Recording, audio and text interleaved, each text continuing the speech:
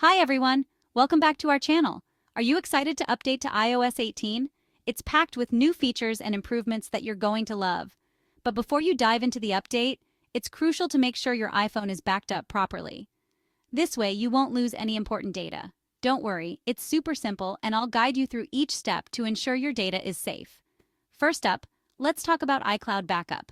This is a convenient way to back up your iPhone wirelessly. Make sure you're connected to Wi-Fi. A stable connection is essential for a smooth backup process. Head over to Settings, tap on your name at the top, then tap iCloud.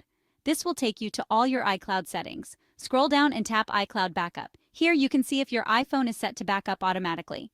Now, tap Backup Now. This will start the backup process immediately. Easy, right? Just sit back and let it do its thing. Next, let's talk about using iTunes or Finder for backup. This method is great if you prefer a local backup on your computer. Connect your iPhone to your computer using a USB cable. Make sure your computer is on and iTunes or Finder is open. If you're on a Mac running macOS Catalina or later, open Finder. Otherwise, use iTunes. Both work similarly for backing up your device. Select your device when it appears in the sidebar. Then just click Backup Now. This will create a full backup of your iPhone on your computer. Finally, let's double-check everything to make sure your backup was successful. On iCloud, go back to iCloud Backup and make sure the latest backup date is today. For iTunes or Finder, check the Summary tab for the latest backup date. This will confirm that your backup is up to date.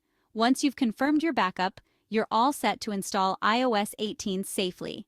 Your data is secure and you can enjoy all the new features without any worries. Thanks for watching and enjoy your new update. We hope this guide was helpful.